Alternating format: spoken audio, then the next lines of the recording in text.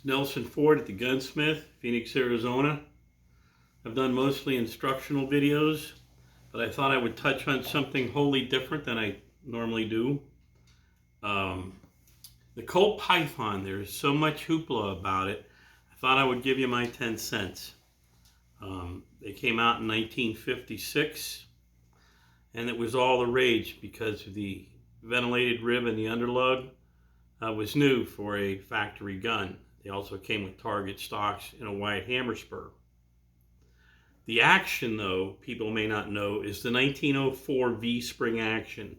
And by V-spring, one part of the V works the hammer, the other part works the trigger. And you can see it sitting down in the grip when the grip is off. Thus, it got the name the V-spring. But in 1904, they came out with the officer's model. And I know you guys think officer's model immediately means short Colt, 1911, the officer's ACP. And that's why it's called the officer's ACP, because it distinguishes it from the officer's model revolver. But this revolver size, this frame came out in 1904. And coincidentally, Smith had their gun perfected in 1905, their double action revolver. So they were kind of side by side coming out with their perfected models that they would run for 50 years. Smith, coincidentally, still runs the same design with very minor modifications. At any rate, the V-spring action was also used on the Police Positive, the little tiny frame, and the Giant, the new Service, big gun. And they used those in World War I and World War II. But I thought I would first give you an idea that, the action is nothing new in the Python. It may be tempered to a lighter pull, or they try to make them smoother for the shooter.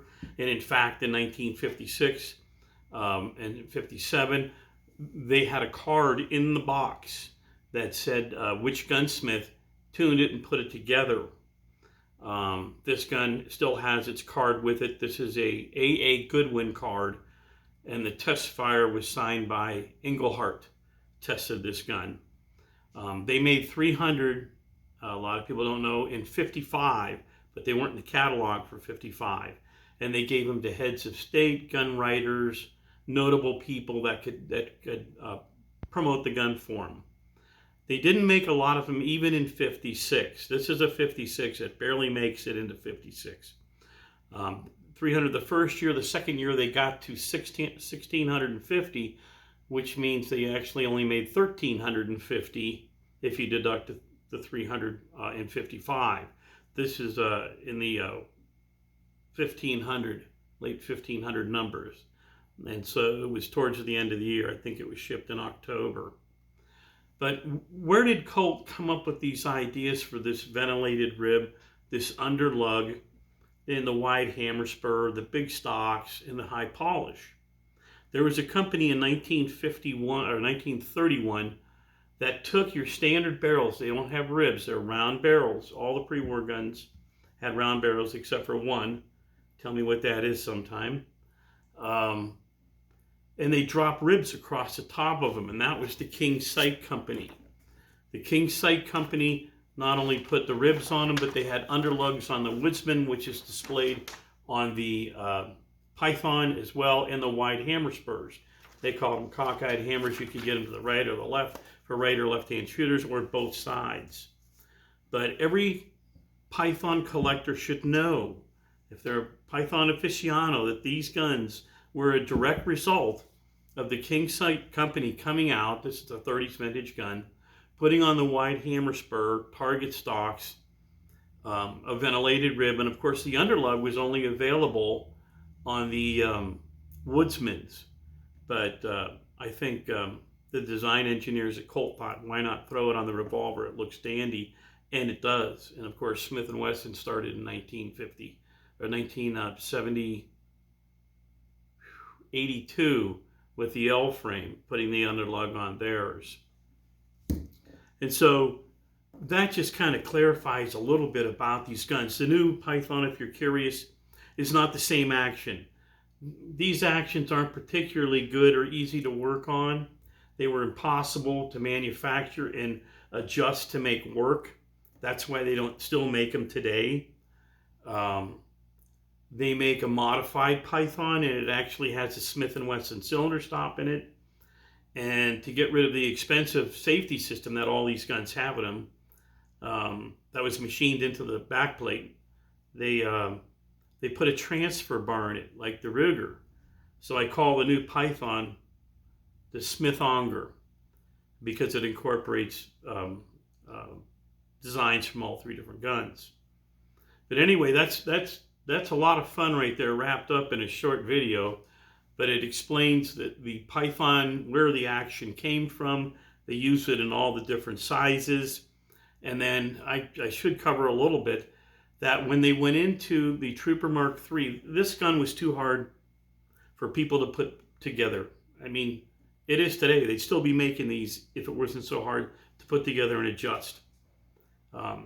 They don't make this action today. They make a modified action of it. And so their other guns are an experiment that they had in the late 50s on the Trooper Mark III, I believe. They went to a nickel flash part, much like a early mold injection machining sort of thing. And they went to a pig's tail spring on the trigger, and they went to a coil on the hammer. I'm not crazy about them. They use them in all their guns, the Anaconda, the King Cobra, the Viper, and so forth. And that was how they got away from having to make these guns that were so hard to produce and make run smoothly. And so the Python is a thing of the past, and all their V-spring actions, they're all my friends. I love these guns, but they're not the best way to go. And I'm going to do a heads up Smith against Colt comparison in the near future and show you all the stark differences. But, you know, when people look at them, they say, well, it's a revolver. The hammer goes back, the gun fires. The cylinder goes the opposite direction in a Smith as it does in the Colt. The rifling goes the opposite direction. Colt is left, Smith is right. The cylinder release latch goes the opposite direction, back in a Colt, forward in a Smith. And it goes on and on and on. The side plate comes off the Smith on the right side, on the Colt on the left side. But again, the complexity of this gun and the difficulty in making it function is what killed it. It took too many man hours to make them work right, and there was a high level of difficulty fitting them. But I'll go into that on the Smith versus Colt revolver showdown. So I hope you enjoyed this video about Colt V-spring revolvers. Remember, they came out in 1904. And if you're looking to the answer of what pre-war gun came out with a rib on it, it wasn't ventilated, but the registered model, 1935 Smith & Wesson registered model 357, had a ribbon going down the barrel.